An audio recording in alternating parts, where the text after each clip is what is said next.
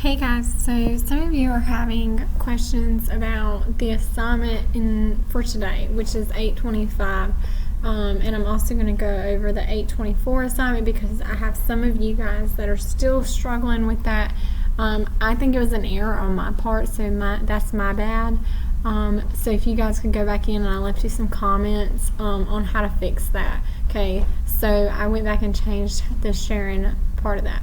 So for today's assignment, I'm going to click on Student View.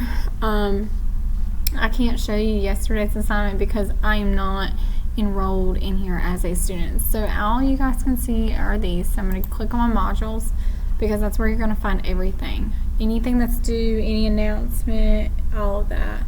I don't know that your announcements pop up here, but you'll see anything that you need for my class. So I'm going to scroll down. Okay, so for today's assignment, I'm going to click on it.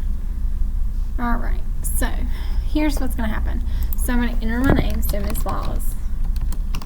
Okay, so I'm going to go through all of this. I'm going to click submit here.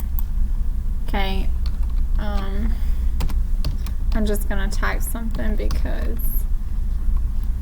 my answer is required. Okay, so I've submitted. So it's submitted here, but in order for me to enter a grade for you, you have to click submit assignment. Okay, then you get this text box and you're just going to do done. Okay, so then I'm going to click submit assignment.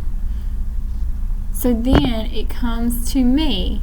This part comes to me and this part comes to me, but this part is where I have to submit your assignment in Canvas and give you a grade. Okay, this part is how I'm going to look at your answer choices. So you have to make sure you click submit and submit. Okay, if you have any other questions, don't be afraid to shoot me an email. Okay.